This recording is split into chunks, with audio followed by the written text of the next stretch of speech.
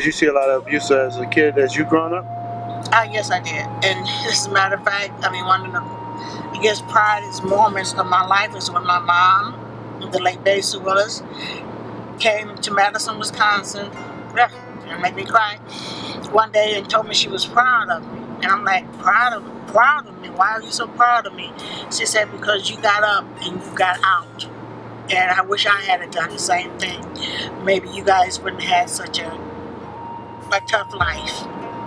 You know, maybe your brothers wouldn't have, you know, been drinking, and maybe you guys would have been happier if I had got out of the relationship I was in at the time. But life was better for her and my dad as they got older. Do you think that would have happened between you and your ex?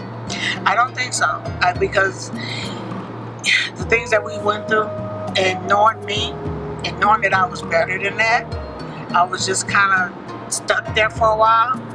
You know, again, we had a lot of material stuff, and from the outside it looked really great, you know, with his job, with the house, with the cars, everything looked great from the outside, but the inside of the house was not happy, and I was not happy with it myself.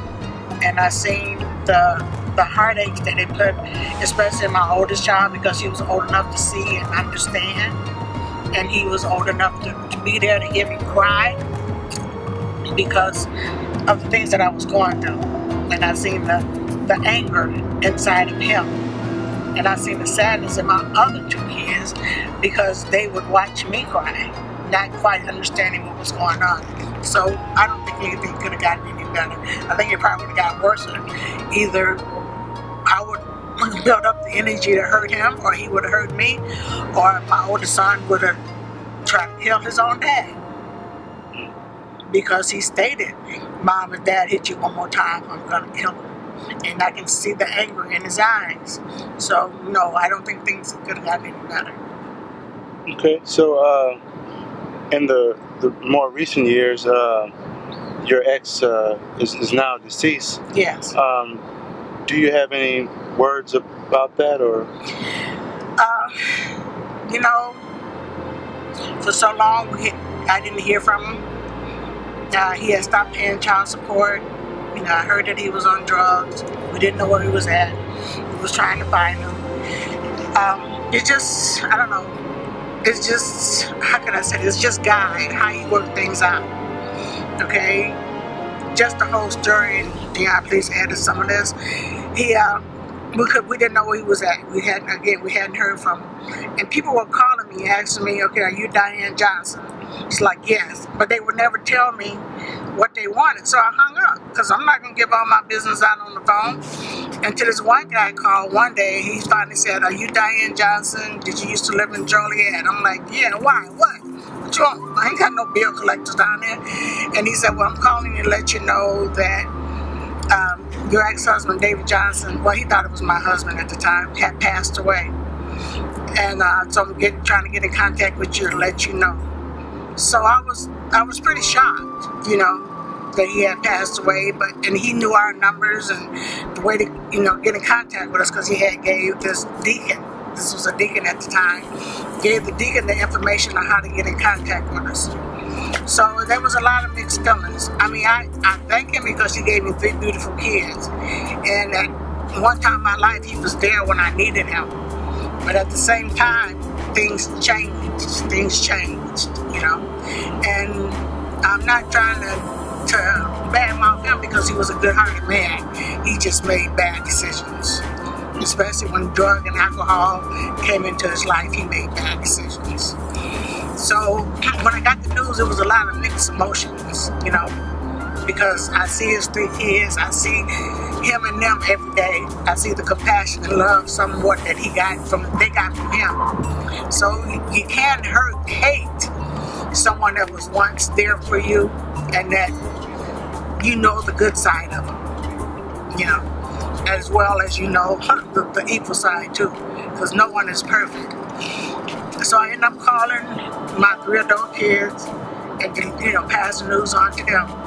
And it was a question if we should go or not to the funeral service because of what had happened in the past. But we all pulled together along with my daughter-in-law and my 2 granddaughters, and we went to the funeral service. And it was like a person that I didn't even know anymore. I mean, because he had cancer and his facial, had changed, and it had been so long I didn't really even know this person anymore. And I put my hand on his heart and told him I forgive him, because I did, Again, I knew the person before all the abuse started happening, and, the hurt that he had, but I also know what I went through with him. So, God told me to forgive, and I did. I had forgave him before that, but just to see him laying there, and it was just, I don't know how to express how I was feeling at the time, I kind of felt sorry for him because he missed out on 3 beautiful kids. He missed out on 2 beautiful granddaughters. He missed out on a lot. So I felt sorry for him because he missed out on all that. Whether it was his choice, whether it was a choice of the alcohol or the drugs, he missed out on it. So the funniest thing is, he had his other son, his older son, from a previous relationship before we got married. He had his son there from another relationship that was kind of like the icing on the cake for me to leave him. That was there. And as the minister was coming down with the remains, me and my family didn't really want to sit in the front because one of my sons stated that he kind of kept us in the back, so we kind of sat in the back. But as the minister was coming down, and anyone that's been in the funeral knows that the procession is that the minister comes down with assistant ministers or whatever, and then the remains come. But the minister stopped my ex's coffin, and he allowed myself and my kids and grandkids to come through in front of everyone. And that, to me, that was really a symbolic moment, because of the things that he had been through in the years that we didn't know he was at. He kind of he kept us in the back. But that particular night, when the minister stopped the whole ceremony and told us to come in the front, it was kind of like everything just came back around. And to me, it was only God. It was really deep for him to stop the procession and let my family come first, and everyone else came behind us. So, again, it's like, just believe in God, because he's going to show up every time. He's going to let you know that you are his child, And even as now, we're going to Milwaukee for one of my aunts. She's happened to go on the way to Tennessee. She's not really my blood aunt, but she was our best friend of my mom's, always like aunt. And I'm riding in the back seat with my 2 sons, Diane and Derek. Derek is driving, and Diane is videotaping this. And my daughter, Dina, is at home with the baby. But anyway, the point I want to make is that my kids have been through a lot. They've been through hell. There's been turmoil between them. Even my boys for the Johnson Brothers presentation. They've been through a lot. They had separated one time before, and there was a lot of anger on both sides. But look at God. Look at God. I'm sitting in the back seat, and they're both in the front, taking me to Milwaukee. That is nothing but God. So, anyone who's listening to this, hold on. Hold on to your faith.